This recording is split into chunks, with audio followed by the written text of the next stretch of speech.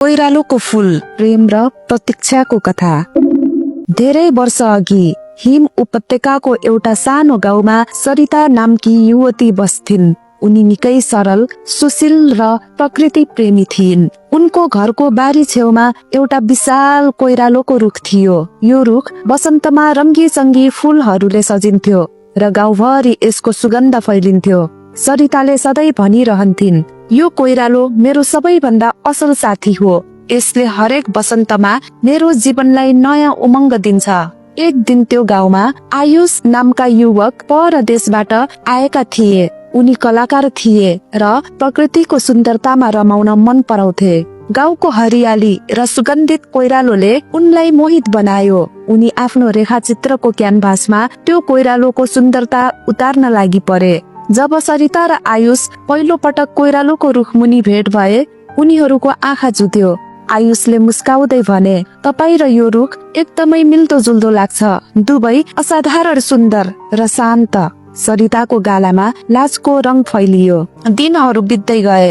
कोइरालोको रुखमुनि उनीहरू प्राय भेट हुन्थे। सरिताले आयुषलाई गाउँका हरेक कुनाका बारेमा सुनाउँथिन् र आयुषले सरिताको लागि आफ्नो चित्रकलाको संसार खोलिदिन्थे।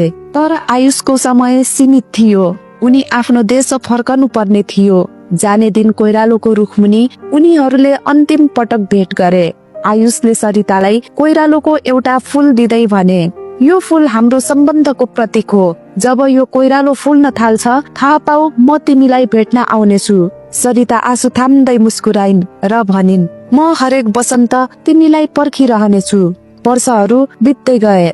हरेक वसन्त हरेक वर्ष आयो। कोइरालो फुल्यो, तर आयुष आएनन्। सरिताले हार मानिनन्।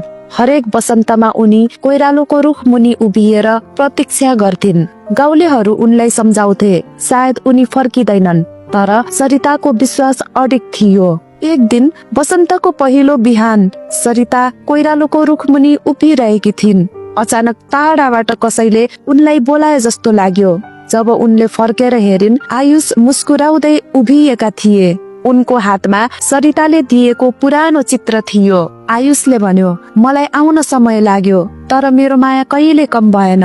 सरिताको आँखाबाट खुसीका आँसु बगे। कोइरालोको फूलले उनीहरूको प्रेमको पुनर्मिलनलाई आशीर्वाद दिए जस्तो लाग्यो। त्यो दिनदेखि कोइरालोको रुख गाउँमा प्रेम र वफादारीको प्रतीक बन्यो। मानिसहरू त्यो रुख मुनि प्रार्थना गर्न आउँथे, आफ्नो जीवनमा पनि त्यस्तो अटल प्रेम पाउने आशामा।